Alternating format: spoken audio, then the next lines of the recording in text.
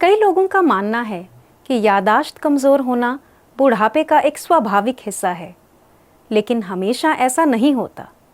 नमस्ते दोस्तों, मैं डॉक्टर अनु गुप्ता, एसोसिएट प्रोफेसर न्यूरोलॉजी विभाग, एम्स नई दिल्ली से हूँ।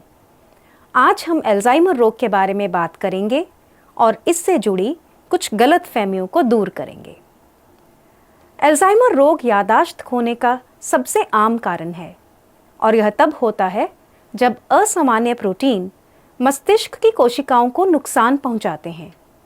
इससे भूलना, रोज़मर्रा के कामों में कठिनाई, मानसिक भ्रम, बोलने में परेशानी और व्यवहार में बदलाव जैसे लक्षण होते हैं, जिन्हें आमतौर पर डिमेंशिया कहा जाता है। बड़े बुजुर्गों में अक्सर ऐसे लक्षणों को सामान्य बुढ़ापा, सेवानिवृत्ति, जीवन के तनाव और रिश्तों में खटास के कारण समझा जाता है। यह जोर देना जरूरी है कि ये कारक मानसिक क्षमता में बड़ी गिरावट नहीं कर सकते। हाँ, कभी कभार भूलना चिंताजनक नहीं है, किंतु ऐसे लक्षण यदि लगातार हों और दैनिक जीवन को प्रभावित करने लगें तो डॉक्टर से अवश्य मिलना चाहिए। अल्जाइमर एक बढ़ने वाली बीमारी है। इसके शुरुआती चरण में हल्का भूलना, मूड स्विंग्स, चिंता, सामाजिक मेलजोल में कमी और निर्णय लेने में कठिनाई हो सकती है। जैसे जैसे बीमारी बढ़ती है, शब्दों की कमी, परिचित जगहों पर घूमने में कठिनाई और समय या स्थान के बारे में भ्रम होने लगता है, जिससे परिवार पर निर्भरता बढ़ जाती है। व्यवहार में बदलाव और नींद की समस्या परिवार के लिए परेशानी का कारण भी बन सकती है। हो सकता है समय के साथ स्थिति गंभीर हो जाए और व्यक्ति को निजी देखभाल के लिए भी 24 घंटे सहायता की आवश्यकता पड़े। अल्जाइमर रोग का निदान या डायग्नोसिस एक कदमबद्ध प्रक्रिया है, क्योंकि इसके लिए कोई एक परीक्षण नहीं है। डिप्रेशन, विटामिन की कमी, इन्फेक्शन या हार्मोनल समस्याएं समान लक्षण पैदा कर सकती हैं। यदि सही पहचान की जाए तो इनका इलाज किया जा सकता है। डायग्नोसिस में लक्षणों का विश्लेषण, याददाश्त और मानसिक क्षमता का परीक्षण, ब्रेन इमेजिंग और ब्लड टेस्ट शामिल हैं। आवश्यकता पड़ने पर पेट स्कैन या स्पाइनल फ्लूइड टेस्ट भी किया जाता है। अल्जाइमर रोग का कोई पक्का इलाज नहीं है, लेकिन समय पर पता लगने से रोग की प्रगति को धीमा और लक्षणों का उचित इलाज किया जा सकता है। शुरुआती चरण में दवा कार्य करने की क्षमता में सुधार ला सकती है। डॉक्टर व्यक्ति की रुचि अनुसार उसकी दिनचर्या निर्धारित कर सकते हैं, जिसमें नियमित नींद, सैर, संगीत और ब्रेन एक्सरसाइजेस जैसी गतिविधियां शामिल हैं। नियमित दिनचर्या से व्यवहार संबंधी समस्याओं को कम किया जा सकता है। एक सटीक निदान अनावश्यक परीक्षण, दवा और लागतों को भी कम करता है। देखभाल से जुड़े तनाव को कम करने के लिए पहले से प्लान कर सकते हैं, जैसे कि भूमिकाएं बांटना, औपचारिक मदद लेना या डे केयर सेवाओं का उपयोग करना।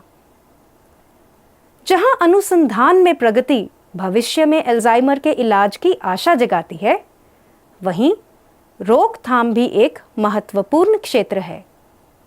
जोखिम कारक 2 श्रेणियों में आते हैं, जिन्हें हम बदल नहीं सकते, जैसे कि उम्र। 65 के बाद हर 5 साल में जोखिम दुगना हो जाता है, और आनुवंशिक या जेनेटिक प्रवृत्ति, खासकर उन परिवारों में जहां कई सदस्य कम उम्र में प्रभावित होते हैं।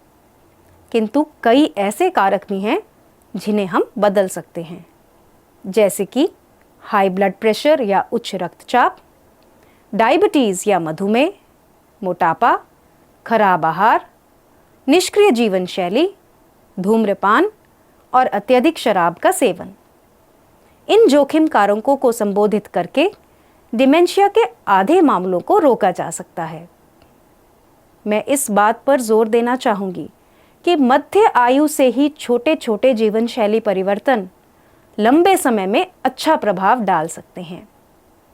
ब्लड प्रेशर, ब्लड शुगर और कोलेस्ट्रॉल के लिए नियमित जांच, शारीरिक और मानसिक सक्रियता जैसे कि व्यायाम, किताबें पढ़ना, पहेलियां हल करना, नए कौशल सीखना, संतुलित आहार का सेवन जिसमें साबुत अनाज, सब्जियां, फल, नट्स और लीन प्रोटीन शामिल हों, अनहेल्दी फैट, अतिरिक्त नमक, चीनी और नशा करने से बचना, खाली समय निकालकर संगीत, सामाजिक मेलजोल, योग या ध्यान द्वारा आनंद लेना, डिप्रेशन और सुनने एवं देखने की कमी का समय पर इलाज। ये सभी प्रक्रियाएं मस्तिष्क के स्वास्थ्य की रक्षा कर सकती हैं और अल्जाइमर्स डिजीज के खतरे को कम कर सकती हैं। याद रखें, अल्जाइमर से प्रभावित लोगों को समझने और उनका समर्थन करने के लिए हम जो भी कदम उठाते हैं वह एक बगीचा लगाने जैसा है।